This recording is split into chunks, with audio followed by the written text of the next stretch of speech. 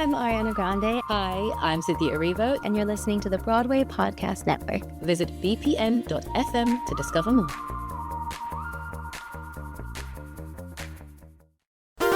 There's a cat over here. There's a cat over there. And the wrong one died. And the wrong one died.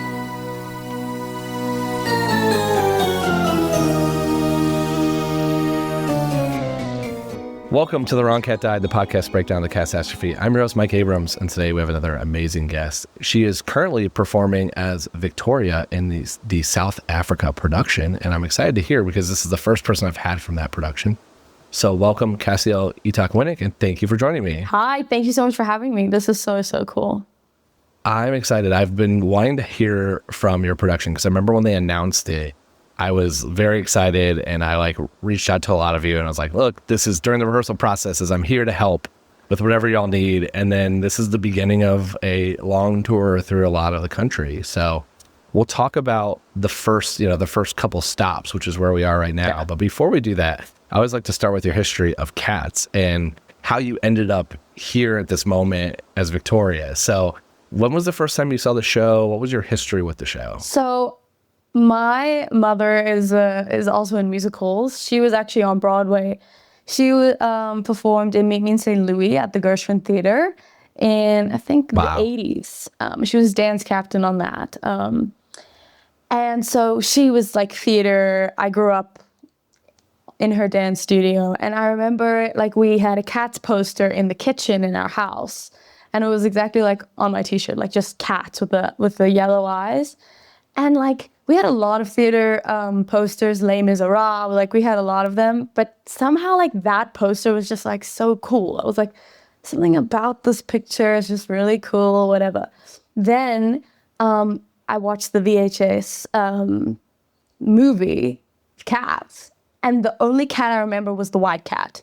No other cat I remembered. And I never watched the show again, and then they were having auditions here in South Africa, and I was like, you know what, I'm just gonna go. I'm a performer. We have to audition to keep the craft going, to keep training.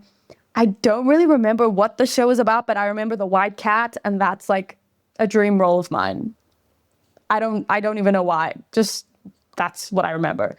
And I auditioned, and I got the part, and I was like, oh my God, this is amazing. And now that is awesome. Okay, so there's a huge gap between. So you never saw it in New York, even though you were there during the heyday of it with your mom performing. So my mom performed on Broadway in the 80s, had me in 99. Then I grew up in South Africa. So she opened her own dance school here, and I trained with a lot of musical theater around me, but I just saw it on the VH. I never saw it live my whole life. So yeah, okay. It probably came through town at least once or twice because there was South African productions for a couple spots in the history, but I don't know timing wise. I couldn't tell you when. Absolutely. Thank you for saying that, because in 2001 to 2004, there was a South African production of Cats. And I remember somehow having the program, but I don't remember seeing the show. So maybe I did see it, but I really don't remember watching it. But I remember having the program. I think I was 4 or 3 or 4. And I remember seeing that program and being like, this is so insane and so cool. That's awesome. Yeah. Okay, so then you watched the VHS. How old were you when you watched that VHS the first time? The first time I remember watching it, I think I was 6 or 7. Okay, so... And that makes sense. And you grew up as an actor and a performer. Yeah, theater kid. The white cat does stand out. Yeah, the white cat does stand out in that show a lot, especially in the VHS, where it's a dance heavy show, but there are some solo moments, or at least the lifts and all the stuff there with Victoria. Yeah, and I just I was also a little ballerina, and my mom was always ballet training is the best foundation, and so. It was just I don't know, that actress in that VHS tape just had a quality that was so mystical and ethereal, but not like a ballerina. It was this crazy, both a classical ballerina, but also this muscular energy that was really insane, which I loved. Yeah. Okay, so fast forward to you get cast. Yeah. And you don't really know what this is about, right? Like you remember there's like a core memory of childhood and of dancing, but walk me through the first time they told you the story. No. Like what was your reaction, especially to your character's story, which has quite the arc to it? So Chrissy Cartwright, so she was actually, I think she was mounting a musical somewhere else. She was doing a US national tour. And so she wasn't available to be in South Africa on our first day, but she zoomed in. And so we were all there, like with our notebooks and our like pens, and we were like, oh my God, like the god of cats is coming to tell us about the story. And I had just flown back from New York because I was in New York for the summer. And I was training with Sheila Gray. She's a really great acting coach in Manhattan, and she's method and Strasbourg and very intense. And so I just finished like her intensive. And so I was very much in the acting brain.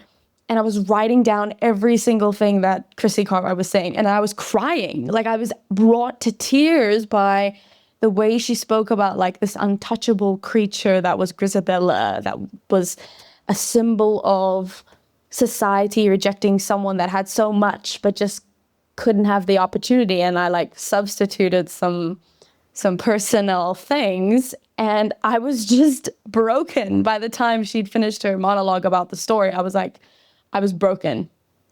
And the fact that Victoria reaches out and is the first cat of the tribe to connect, it was just so loaded in like all my substitutions that I was finished. I was bawling. Everyone was like, are you okay?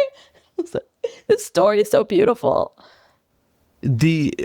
How much of that though, like the story is so wild and it's so different, and it's like, you watch at 6, you're not picking up any of it. I watched it, in my 20s and didn't pick up for the first time, didn't pick up any of it.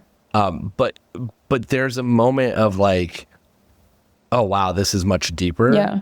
But then there's also the process for you all of like, how do you then, like, you're learning it to then go do it. Sure. So when you kind of got into that now, like, okay, now you've got a little bit of this, you have to go now learn all the dance and all the other stuff. That's like those minor details that you got to figure out to be able to do the show 8 times a week or however many times you're doing it. Yeah.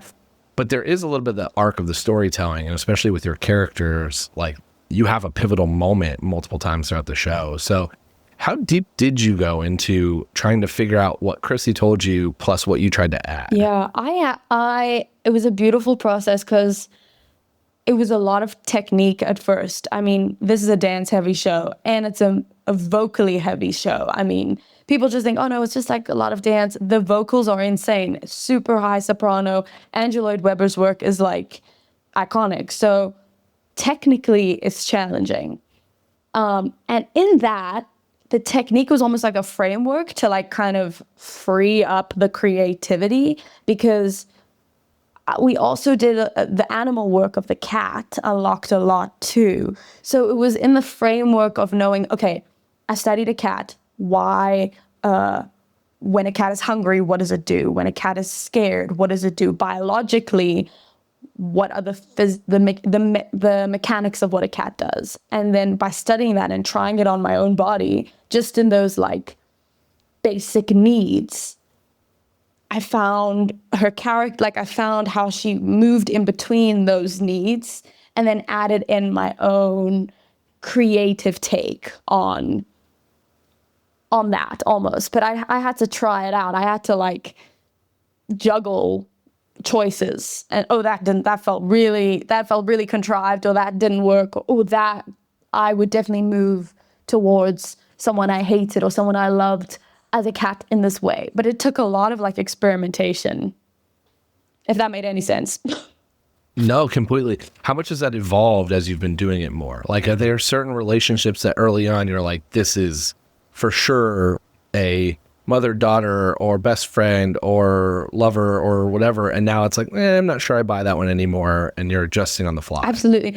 So actually, the funniest one was like Bustopher Jones and Gus the theater cat. My connection to those characters in the beginning was like, what the hell am I doing? Like, I don't know how these kittens are connected to Bustopher Jones. And also the way it's written is like super pompous and like elevated. And I was like, this is all flying over my head. So I really had to dig deep, and I was like, what is this? And through actually performing it, I was like, wow, this is a comment on society. This is a comment on gluttony and like this fat cat and politics and much higher themes. And I was like, in these newborns' eyes of these kittens, they can be swayed in different ways. They can be seen as, oh, we can, this is so cool. I want to eat all these shrimps and run around and be like this cat. Or, oh, this is kind of disgusting. And this is kind of have a critical eye. So it's fun to play. Some shows I'm like, wow, this cat is so cool and fat. And some shows I'm like, ooh, should we be listening to this cat? Like, is he really a cat that we should be listening to? So it's kind of interesting to flip-flop between those and find the truth in both. And also Gus the theater cat is a beautiful, beautiful character, because it's that old person in your life that has lived and has seen how the world has changed, and just in his innocence of like, I used to do things this way, but things have changed, and now I have to change. It's just really beautiful. Yeah, the Buster Jones ones is very interesting, because like I've always wondered, as someone who doesn't perform or act or anything, like this is not my area of expertise or my world at all. But there has to be some element of like your daily life brought into some of these shows, no matter how much you try to remove and separate the, like, when you get on stage immediately in that moment, maybe unless you're playing like an actual person, where it's like a little bit maybe easier to separate that. But do you feel like maybe your daily Buster Jones, either love or hate, is a little bit of like how your morning went, or what you read on the news that day, or like how much of that is actually implied into that particular performance? Absolutely, a huge amount. For me, I love that when I'm actually reminded, oh my God, that was that guy in the grocery store that is always like, that was that one professor, or that was that one person in power that, I didn't really trust, but had so much influence over me at a certain point in my life. So I love it when I'm reminded of that, and my impulses are fed from that. I think that's really cool, because otherwise it's like you're trying to create from not an honest place. Like, I love to take from my own personal experience. It feels honest and real, and yeah. Yeah, for sure.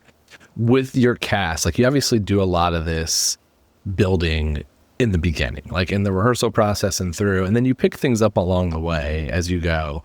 How often do you all talk about this? Like, how often do you discuss those moments? And it's not like the tour where you're changing every, there are tours in the US that change every week or everything. Like, you've had pretty good sit downs at places, and you're there for long enough time that I think you can build a little bit more of a life, but you're also still very intimately close to each other a lot. So what do those conversations look like? I thought the time period was a little bit quick, to be honest, in terms of the rehearsal into the performance. I wish that there was a little bit more time to have these conversations and build the backstory of all of us together. It felt like, get the technique, make the choices, and let's go. 6 weeks and we're on the stage. And we had like a lot of the show to learn before we could start creating together. So we didn't actually have many conversations with each other, like kind of bouncing off and improv. And we did cat school. Obviously, we have to do cat school, where we like become and improvise a few relationships and status. But it felt like a little bit general. I wish we had a bit more time to really go into it. But I know each individual definitely has done that work, because you can feel it on the stage that they've all got their own. To do it. Yeah. Okay. Yeah. That is very interesting to me, because I'm very aware that I look at this from just that lens. Yeah. And it's like, no, I haven't had to learn the 13 minutes of straight dance and the Jellicle Ball that like is physically more demanding and has to be memorized. Like, yeah, I'm only thinking about your Buster Jones Victoria duo here and everything else. But it is so real, though. And it always fascinates me, because there are so many choices that can be made. Like you said, you could treat Buster Jones either way, and it's probably not going to make a material difference, but there are options depending on stuff. And there's things like I've posted a couple different Cats family trees from different regional productions, and they're all different, and none of it actually changes the show. But I love that you all have the choice, and it fascinates me how deep you all actually discuss it, or is like your Bomb Ballerina and your whoever just having their own thoughts and not telling you that they actually are playing your relationship this way. A lot of that's starting to happen. Like even with Jenny Any Dots, who I think the general consensus is that she is Victoria's mother or caregiver or some sort of like maternal cat. It's so interesting to play that relationship with the other kittens, especially when when the word macavity is spoken, and they're like taunting the kittens, or they're protecting the kittens like a snake. And cats are actually so afraid of snakes. It's so interesting to like really feel that in the body. So I actually like the Grisabella is Victoria's mom theory better. Wow. Because I think there's like, I mean, again, the Jenny Any Dots is very commonly spoken, because there really is there's like 3 generations. And so there's only a couple ways you can play the parents and stuff. Yeah. And you kind of mix and match with that. But with a lot of productions, Victoria is the first one to go touch Grisabella. Sometimes that's Syllabub or Jemima or whoever. But whoever's the first to touch, I also a lot of times thinks that's maybe mom. Like that's the whole arc of that. And so you all are not playing it that way, it sounds like. So we have not. So we've actually been freedom with how like to kind of read all of this. Some nights I feel like I've just been born, like I've actually just been rebirthed, and I'm kind of new to this whole tribe, and I'm learning the rules and learning I just have a new kind of perspective on the world. So I don't see Grisabella as this horrific, like her reputation. I don't know her reputation because I've got new eyes. So that is why I touch her, because I'm so innocent and I've just been rebirthed. I've just been given a new life. So sometimes I play it like that. I love the angle of Victoria said this along ago, I don't know what number episode, long time ago, that they were actually last year's choice. Yeah. And I like the idea of last year's choice being the one to welcome this year's choice, or like some like circular motion of this. Because we only get the one view of this. So there's not who was actually last year's choice or who's next year's choice or any of that stuff.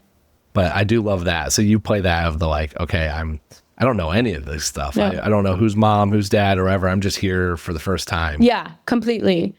Like fresh eyes, and I just see her soul. Like I'm the soul seer.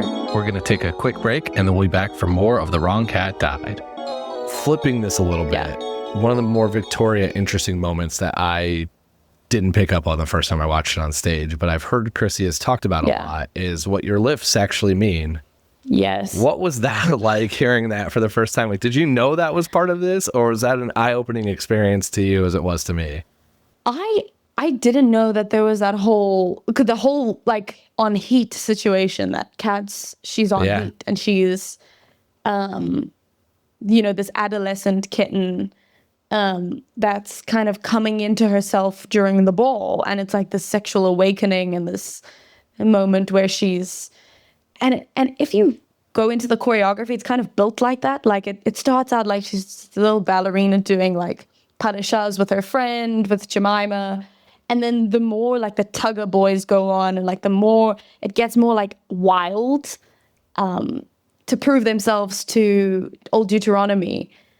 And it like culminates in this like climax. But yeah, we were directed like that. I had no idea. And they were like, it needs to build the sensuals, and then it needs to build to this climax of the lift. And I was like, oh my goodness, I didn't know it was the sexual. I really didn't. So me neither when I first saw the show. And then I've heard that from like Chrissy telling Victoria's very like bluntly, like this is what that moment means.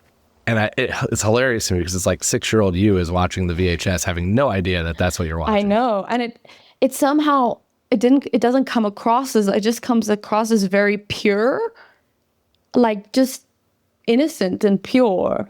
in that, which I think is also like a difficult kind of line to play because you're not bomb ballerina, so you can't really play. She can play the voluptuous sex bomb, but you have to find it in a very innocent way. Yeah. Who does your lift? Admetus, his name, he is incredible. Stefan van der Volt. Okay. Do you play Admetus as like a boyfriend of sorts then because of that? Yeah, it changes every night, actually. Okay. Because some nights I play it like he's caught my eye throughout the ball or throughout the evening to culmination. And some nights I'm play it like this is all very overwhelming. This proving yourself to Old Deuteronomy, this fighting for your spot in this tribe, because that is kind of what the ball is. Everyone's kind of auditioning, and there's a competitiveness, and through that overwhelm, he is in front of me, and he like kind of holds me in this vulnerable, stressed out moment. So yeah, I played in those two different ways. Okay. Yeah. Tell me more about this competition in the ball. I've always just thought it was an orgy. Oh, no. Like, tell me, like, is there what? Explain that a little. Oh yeah, no, it's a massive competition, like a dance competition. Like who can outdo this one? There's like this cattiness, this like violent cattiness that comes out in the ball to prove who's best to the judge, who is Old Deuteronomy, to give them a new life. So they're kind of dancing for their lives. That's so interesting. I've never really thought about it that way. I've always thought about this story arc as each one is singing their song to prove their worth or just interrupt, Yeah. but generally the songs are this is why you should pick me. The ball is to me like the ritual of this is our annual ritual. I've always joked it's an orgy, Yeah. but it's like this is that moment. It comes with your lift in the middle of it at some point. There's all this kind of like leading up to it.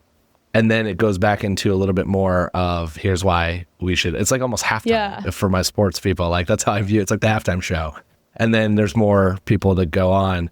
But the competition, so this is essentially saying all the dancers, this is your chance to potentially show that you're the choice. Absolutely. Tonight. So this is the time to win over, because Old Deuteronomy kind of is like God, and this is like fighting for your spot, fighting for your soul, to leave your body through dance. That's how I see it. When I go into the ball, I'm like, I am gonna dance till my soul leaves my body, because it's like it's got to be that intense, the ball.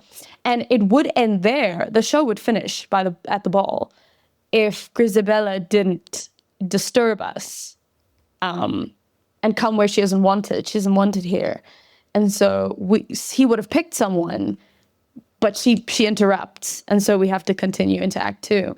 Interesting. Okay, because that changes some things a little bit, because I've always, again, felt it's more of the ball's part of the ritual, but not the halftime. It's the middle. Yeah. But you're saying so the Gus, Skimbleshanks, Mistopheles, they would have never had their chance besides the ball if Grisabella didn't come back. Absolutely. Wow. That's how I see it. I like it. I like it. This is what I love about the show, because there's no wrong answer. I mean, I guess there's probably some wrong answers, but like for the most part, it's like there isn't a piece. So it does make sense to end at the ball, because everyone is at the ball. Moment. Everyone. Yeah.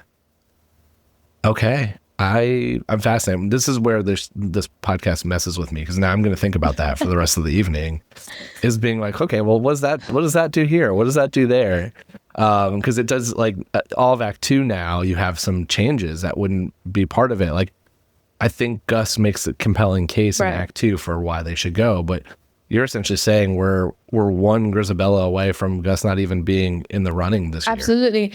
And McCavity is not at the ball because he's not even a choice. Like, he's the evil, he's the villain. So he wouldn't even be considered. But almost every other cat that would be considered is at the ball. And that's why I actually found this so interesting, is when we were learning the ball, Jemima and Victoria do Jellicles come to the Jellicle Ball, and we do like this voguing like step choreographed by Gillian Lynn. And it makes so much sense that the Jellicle Ball is now being created as like a homage to like the Vogue culture and the ballroom culture, because there is evidence of even in the choreography, which is insane. Oh, totally. I mean, I did a lot of episodes with them and had them on, and will, I'm sure, do more with them when they come to Broadway in March.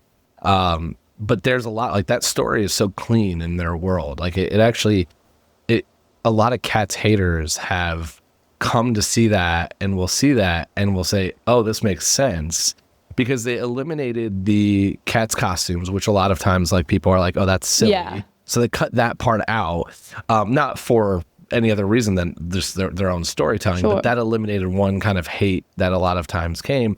And the other part was it can be unclear. Like, if you're not watching at the level, not even at the level, just watching it as many times. For me, the first time I saw it, I had no idea what I watched. Yeah. Like, literally no idea what I watched. It was great. I still had a great time. Yeah. And I had fun, and I was like, that was weird, that was fun. What an experience. Yeah. But I could not have told you the story. Right.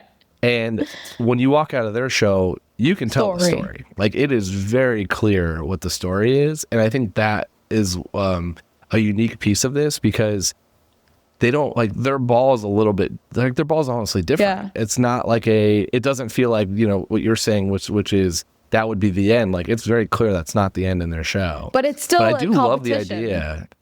It is a competition, but there's multiple pieces, because they walk so many different categories. Oh. So it's very competition heavy, which I do love, because multiple cats win. Oh, wow. They win they walk their category, and then they win, and then they keep going. So it's a very unique production. Wow. I'm very excited that more people will get to see it. But I'm fascinated by this, like, the ball ending, because is there a element of who gets to perform before the ball then? Because, like, is there some seniority there? Or, like, Skimbleshanks and Gus probably want to be in the running as more of the older generation in the show. Sure. And they didn't get in the first part before the ball, so they're, like, not even an option in this world. Also, what's interesting is kind of, like, I kind of see it as, like, the setting of it. Like, Buster Jones just happens to walk past at that time that allows him to take up his space. And be like, oh, look, there's, you know, Jenny Annie Dots' boyfriend, or they playing at the, like, they have a kind of a love curiosity there, which is cute. Okay. And he happens to walk past at that time, and then he's in the running. So it's also interesting to look at it set, like, the time frame of the night. Yeah. I wonder if maybe in this way of thinking about it, none of the songs are actually an audition for being chosen. Yeah. It's all just, like, leading up to the ball. Yeah. And the ball is the competition. The rest is irrelevant. That's how I see it. Okay. I like this. It's different than the way I've ever thought about it, but it fits. I can totally buy it. And then the idea that, so the ball is just it's a one-act show if Grisabella doesn't come in. Next year it's one act. Full on one act. Okay. Next year we're doing 75 minutes and we're out. Yeah. That'll make your 8 show, your double showdown a lot easier. When we're exhausted, we were like, yeah, the ball, one ball done. No. Yeah. Okay. But we love it. I want to hear a little bit about the audience reaction, because this is, like, it hasn't been there in a while, I don't think. Like, it was before, but, you know, this is obviously, it's running so many different places. But what has your early audience reactions been to doing this in South Africa so far? It's very interesting. We have had a very active audience, especially in Cape Town, because Cape Town in December is, like, a very festive place to be. It's like the sun is shining, everyone is out and about. So we had wonderful audiences in Cape Town, full houses, standing ovations every night. Like, it was insane. We were like, oh, wow. So we were very spoiled, spoiled in Cape Town. And, like, comedy, like, really finding the comedy in it. Like, when Gus says, like, the cat out of the bag, like, picking up, like, each little, like, thing, like, really paying, you know, attention to the comedy. was really interesting. And so interesting to see, like, sometimes they would applaud after the solo, my solo, sometimes it would be super quiet. So it was interesting what kind of audiences you would get. And like weird times of applause. It's strange. Like they don't all have the same time. I mean, like obviously there's like the button of every scene, but there's moments where it's like very different. And I'm like, wow, this is a strange audience today, or this is like a very funny audience, or this is an emotional audience. But our Grisabelle is amazing. We get almost a standing ovation at Touch Me almost every night, which is crazy. Wow. Yeah, that's fun. I'm always fascinated by the audience because like one thing that when I first saw it, I kind of really leaned into is I actually had a huge international group around me in New York. Yeah. And I was sitting there and I was like, this is what I want. When I walked out, I was like, this is a show that's perfect for an international, like someone that maybe English isn't your first language or whatever, because it almost doesn't matter. Like it's cats dancing and singing. You will have a great time whether you like understand what's going on or not, because even if English is your first language or you don't know English, I was just as confused. And so I think it's like it's been around for so long that it's unique to hear how different like cities kind of embrace it and love it, because it seems like there's a fan base almost everywhere. Literally. There for sure, but there's a timelessness about it. There's a universal energy behind everyone's seen a cat, like there's some, like there's not a lot of divides with connecting with it. There's spectacle, there's song. And you're right. If English is not your first language, there's still so many. It's so physical. The storytelling is so physical. You are still taken on a journey, a very rewarding one. Yeah, and you can tell the personality type. So I've always said that you probably relate to one of them, and you probably know somebody who's one of them. For sure. You can pinpoint that's the Tugger in my life, or that's this cat in my life, and that makes it really easy to kind of like follow along because the personalities are so distinct. Yeah. And I kind of love that, where it makes it easy to connect to it, whether you're like, none of us are cats. No. Like we're not actually connecting to it in that way, but we can follow along what's going on, even if you have no idea what you're watching. Absolutely. And I think that like, even though, the costumes were all created in like that 80s kind of like shoulder pad where the fur is, like you could definitely see the influence of the 80s in the costumes, in the classic cats that we're doing. And also the influence of like the simplicity of the dancer attire of the 80s. How like the dancers would wear like unitards and like would wear the leg warmers. So it's really interesting to see how the creativity of getting inspired from dance wear and like the 80s kind of style, which I think is really cool. And it made it a little bit more human. Like they're not completely cats. It's like some are more cat-like, some are more like human-like. Like Tugger is definitely more human-like. I mean, he's got a whole crop, which is so funny.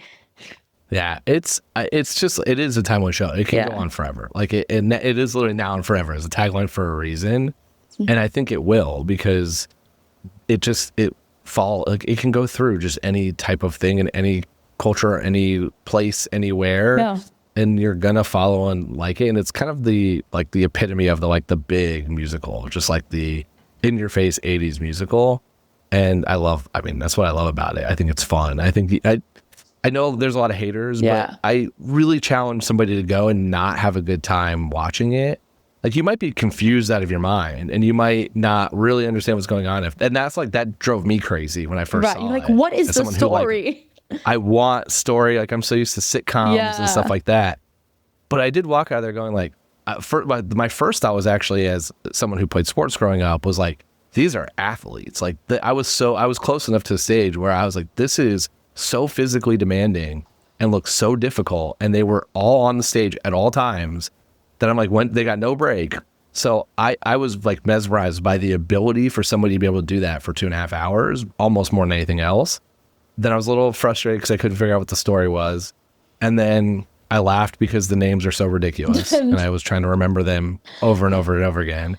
And then I tried to slowly piece together my version of what I saw. Yeah. So that way I could try to explain it. And that to me is like the best musicals or theater is when I think about it the next day. And I definitely thought about that show the next day. That's huge. And the earworm, for me, it's like, I can't get these songs out of my head. Like, Yeah. the way that it's written is so catchy. Like, Yeah, hits. for sure. Like, Mr. Mistopheles. I was singing Memory. Hits. Mine was Mungo Jerry Mungo. Rumple Teaser was stuck in my head. And it was because I figured out finally later why it was, is because I was so visually stimulated and overwhelmed by the amount of things happening. Yeah. And that's the first moment in the entire show where it's just the two of them. And I think my brain just was like, okay, I can focus now on these two. Right. And when I walked out, it like hit me. I'm like, I think that's the reason that one was stuck in my head, because it was the first time I wasn't like mesmerized by 30 different people on stage. Yeah. That's so funny. So that one's stuck in my head. That's so funny that you said that, because on the Sunday, in between our second show on Sunday, Mungo Jerry was like, we were like playing around. He was playing around with the AI, and he remixed the song Mungo Jerry Rumble Teaser and made it like Afro house, like South African beats. It was so funny. And we were listening to this. I want to hear it. Oh my so God, I'll send it to you.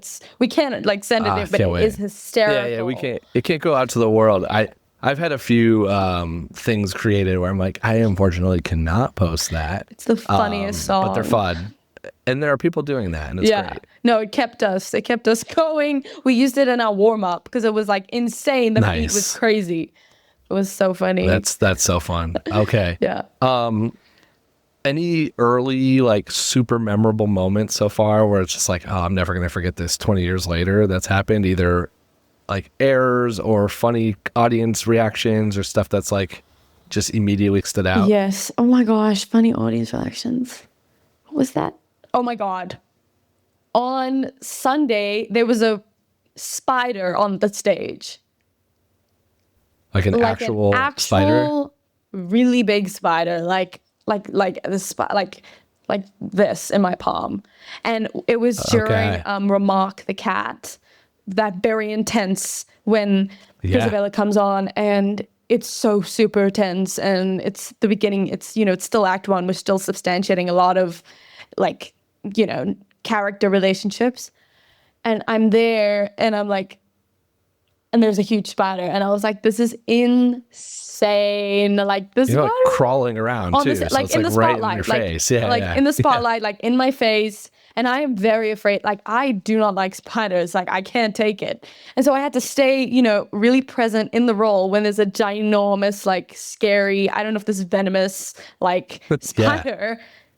Are cats afraid of spiders? What's the cat's reaction? Like, what's the character I don't know, but I did kill it, which I felt bad about. Oh, no. I felt really bad about it. That feels in But I felt like a cat would do that. And I did it, like, on the beat. Like, I did, when he was like, Grisabella the Glamour cat. And then I killed it.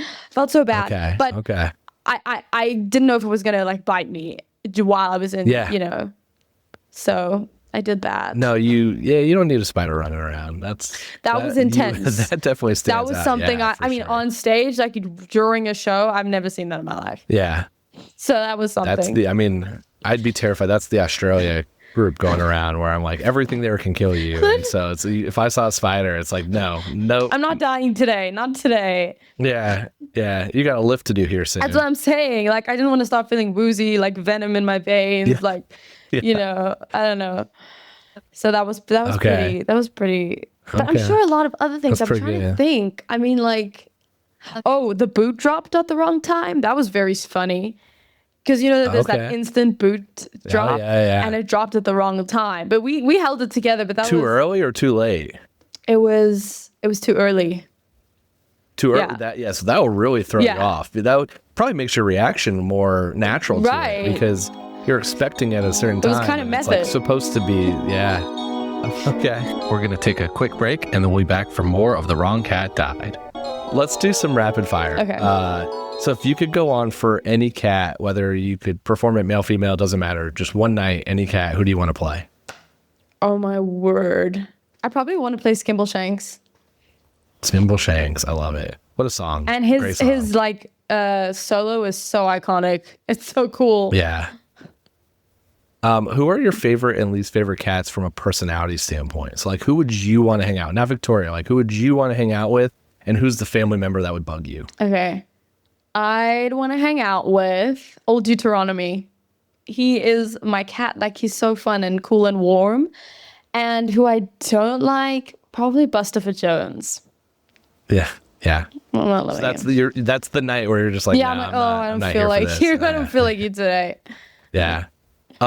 Favorite song in the show? Oh my God. McCavity. Okay, that's my answer still. I love McCavity.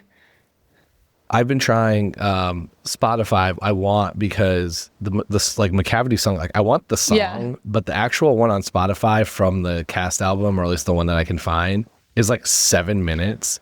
And so it's like it's like all the leading and all the other stuff. And as someone who rides the New York subway every day, I can't have that on my playlist being like, why is it quiet? Like, it's like really eerily quiet here in the beginning of the song. So I can never get, like, I need someone to make me clean just McCavity, like the clean McCavity. Has no one that, covered that? I haven't looked for covers. That's a good question of like, is there But a like cover a good of it, cover, like a Barbara Streisand or Yeah, I don't know. that would be good. I need it on my Spotify playlist or otherwise. I mean, I've got other cast albums from other things, but so I have versions of it, but yeah, not on my. Nothing is worse than being on the like New York subway and like some song that you're like in my playlists are always all over the place. Yeah. So it's like some hip hop song or some like 80s rock song comes on and then all of a sudden it's like really quiet to where I'm like, did my headphones go out? And then it's like, oh no, it's just the beginning of McCavity. Yeah. Oh my gosh. But it's such a cool song. It's like a swing. It's a jazz. It'll get you in a good vibe for the morning. It's like attack the day. Yeah. I always ask a fun one, and you talked a little bit about method acting. Yeah. So which cat do you think would be actually the best method actor if they were trying to perform as a method actor? Gus. Of course. Gus has done all types of acting. So that's an actor's dream to play that role. yeah. My $1 million question. So this whole show is based on the idea that I don't think Grisabelle is the right Jellicle choice. So I want to know who's your Jellicle choice and why. Wow. Jellicle choice. I think it's Old Deuteronomy. He's got to go sometime. I think he's got to go sometime, and he's got so much wisdom, and we need a new, fresh leader that will take the tribe to a different, different stratosphere. Some monks taking over. Yeah. Yeah. Okay, I want to ask this question though, because I'm not going to argue because it's not a Grisabella. So any vote that's not Grisabella, I'm just like, yeah, that sounds great. Yeah. And I do agree that Old Deuteronomy has to eventually go. Like there is a moment like he's got to do it. So, but in your version where Grisabella doesn't come back, if she didn't come back and the like the dance competition ball ended, who do you think wins that version? Me. Victoria. Yeah. Even being so new. For sure. You're just like the ball. You're just like, it doesn't matter. She wins. She wins the ball. Okay. So one day you just got to keep Grisabella a little busy. Yeah. And she doesn't come out when she's supposed to. She misses that mark, and then you get to go. You just go ride right away. Straight away. I'm taken into the stratosphere. Yeah, you get to ride the tire, and the show's over in one act. Forget everyone else. No. Your moments are done. Literally, yeah, that's what I'm saying. I like this version. That's what I'm saying. I've had my act. This is very like ripe for current social media where it's like our attention spans are not 2.5 hours anymore. It's giving TikTok. It's giving you like TikTok. Yeah. This is our TikTok version. We're going to not do any of this stuff. Just get right to the ball. Yeah. We're going to have a few minutes of dance and then pick a winner. And then we're done. Literally swipe up to the next person. Swipe up. Yeah. That's so funny. That's what I think. No. I love it. I've not thought about it from that angle, but I will. Now I'm curious to like watch the ball. Yeah. Because you can watch the 1998 movie, like the VHS on YouTube. It's all on YouTube. Or at least in sections. Yeah. And so it's like, I can watch the whole ball.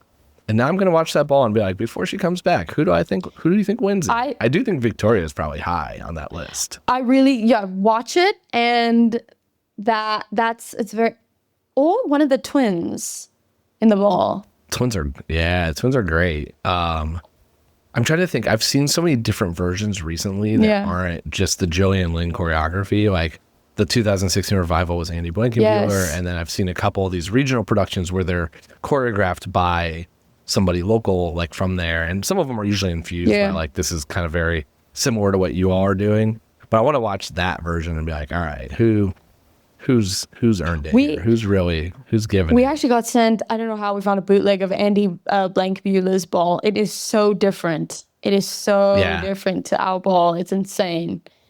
Yeah, there's a couple bootlegs of 2016 that I've seen. I think there's probably more out there. And then there's obviously archival footage of it. So it exists, but it's different. I mean, that's where me as a non-dancer, I'm like, yeah, sure. I don't know. And also it was the first time I saw it. So I had no idea there was a difference to begin with. Like, it wasn't until later on where I learned like not how dramatically different it is, but just more of like, you could see the stylistic movements that are slightly different. But I did appreciate he kept it very like similar too, to where it was like, it still was very Cats. He did add a little bit of like breakdancing though, which was kind of interesting. Well, that's there. I mean, there's some history to that too, with the Tugger being a street version for a while, where like truly was hip hop. That's crazy. Yeah, there are videos of that online too. Oh, I need to find that. That is completely different. It's a completely different song. Wow. I'll send you. Oh my God, those. please send me those. I also found out Cats Archive like a Rum Tum Tugger in like Tokyo in like all white. And I was like, this is so interesting. There's been a couple other smaller characters that have been more regional, like where they fit them into there, and they usually fit in like other parts of the story, so they're not like main in there. I've not seen I don't know which one you're talking about for that. I'll find you. I'll send you a picture. There's a couple others, and it's fun. I love that. I'm like, this is where I think it's really fun. Yeah. Because the show, like the story is still the story, but you can add some of those elements to make it like a little bit more, unique to wherever you are. Yeah. Like, I've loved that in the US they've been tinkering with that a little bit. So there was like in Texas, they did the cowboy cats, they did the circus cats in Chicago. They did the coaster cats, the roller coaster one in Pennsylvania.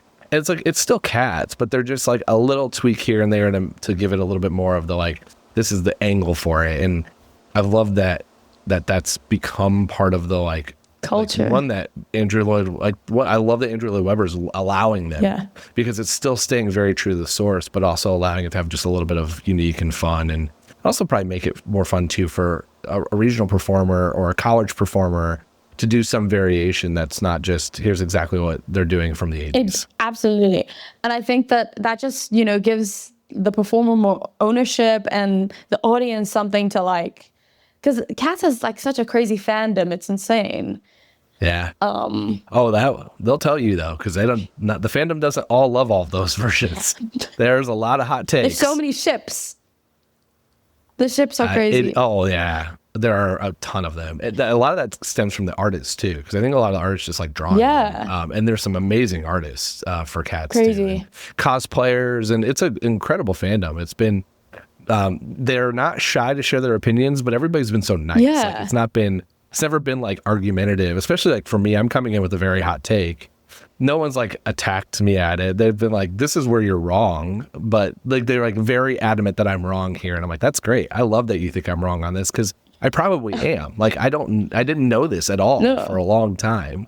So that's really fun. I think it's great. And I think it's great for that it's like connected with so many people. Yeah. Like it's good to have that meaningful connection to something like for anybody. Who do you think should have gone up? So my like logical answer is Gus, because I think Grisabella has played, usually at least the ones I've seen, have always been really young, and so I like the idea of her redemption arc, but getting to spend time with her family. Oh, nice. So like, I don't want her to go. I want her to stay with the tribe. Sure. And so if that's the case, then Gus, he's needs it and worthy. I do like the Old Deuteronomy argument. Like, eventually he's got to go. Monkish Trap is ready. Yeah. My original joke was I thought I saw the X Factor, so I wanted to make my own boy band. So I wanted to send Tugger and Mustafawis together. And because I thought that they won. Like, if I'm thinking about like purely competition show, those two have a lot of fun. They're super memorable songs. They clearly have some type of connection, romance or relationship or connectionship. And that's what the X Factor was all about. It was the One Directions, the Fifth Harmonies, where they took a bunch of soloists and made them a band. And so I was like, that's my choice. That's hysterical. But I want a world where people can vote. Oh yeah. No, that would be so funny. I want the audience to vote. At the end, like a interactive Netflix movie. Yeah, you've got your phone there. We could do it. That's It would be so so easy to cool. pull your phone out, quickly connect it with a QR code or whatever, and then that person. I've thought this through in so much. I've said this at a lot of end of the episodes. So Yeah. if you've heard me go on this rant, No. I'm sorry. I'm going on it again. But all you have to do, like from an actual technical standpoint for you all, because it's like there is some stuff, is everyone just has to be ready to be able to go on the tire, which is not that difficult, Right. I don't think. Like that seems like a very solvable problem. And then whoever doesn't go just slots in to the addressing of cats at the end, wherever the person who went was. Yeah. So if you vote a different cat each night, that person can still sing. So it's like you don't have to change the vocals at all. But whoever, like if it's Grisabella, she goes because she earns it that night, which she will definitely earn it a lot of nights. Yeah. 'Cause Memories at the end. Then she goes and it's like what you do now. But let's say someone says Tugger and Tugger goes up to Sky. Grisabella just goes to where Tugger stands and you all sing the song. That is And it would so work. cool. It would work. There's nothing stopping that because the processional still happens no matter who you put in that line Right. the same way. That is So insane. it's doable. It's very doable. It is doable. And one day I'm going to convince somebody to let me do it. And Direct this it's going to be great. Yeah. But right now I've heard that is a line too far for the Real Useful group. And so no one is willing to try that. I think that could be very cool because that could add like investment. Like which cat have you invested in the whole show and seeing now Totally. Yeah. rising up. The other version, which I think would be a little bit more dangerous, is you let actually Old Deuteronomy pick every night. But I think that could get a little That could be insane. problematic, like on tour, Yeah. where it's like, Oh, why why did did you pick I? you? Like, why do you pick them today? Like that could get a little bit more dramatic versus the So audience. funny. But the audience is fun because imagine you're on tour and you stop where you grew up, and you have your whole family and friends there. Like you're winning that night, no matter what, and that's Wow, awesome. that to is me. cool. Wow. Also, another thing that's really amazing is our bows and how our tricks change every night. And how I feel like that energy is still like proving yourself to who's gonna win. Yeah. We've still got that. Like sometimes you do like a front aerial with no hands. Sometimes it's just like a jeté. Like it's interesting the choreography about bows. Yeah. That's the stuff that everyone's recording. Yes. So you gotta bring it. That's the social media one. You gotta really bring it. For That's your that. reel, your dance reel for the next Yeah, job. yeah. I love it. This has been so fun. How can people stay in touch with you on social media and keep up with the show? Oh my God, this has been so amazing. This has been so fun. My Instagram is Cassiel101 at Cassiel101.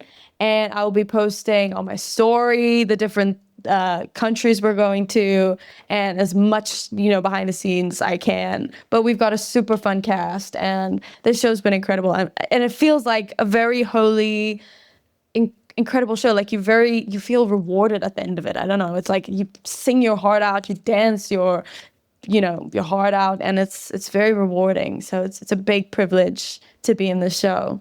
Amazing. Well, we'll link that. I'll link the to the website for also where all the stops are going to be and where to get tickets for everyone who's international listening to this. And I have some friends in a couple of those countries that you're going to, so I'll be sending them that link, being like, "Hey, please, you should go watch Absolutely. This." So that will be super fun. And they can thank you for coming DM on. us who they think should have gone up. I mean, I've the audience things where I'm like, I think I've converted some people. Yes. Like, I don't think this was a question anyone asked until I started this in 2019, and now it's like people ask the question, and that's the huge. niche work I'm doing. Yeah. I'm asking the question that nobody else thought to ask, and now it's a question. Absolutely. I love that. You're keeping us alive. It's so fun though. Well, thank you for coming on. This is really fun. Thank you so much. Yeah, and I really hope that you find us somewhere in the world, please. Fingers crossed. Fingers crossed. Amazing. Awesome. Thanks so much. Well, thank you. And thanks everyone else for listening to this episode of The Wrong Cat Dad, the podcast breakdown the catastrophe. To follow along, you can subscribe on Apple Podcasts, Spotify, or any other podcast. Follow us on social media at The Wrong Cat Dad or check our website, thewrongcatdad.com.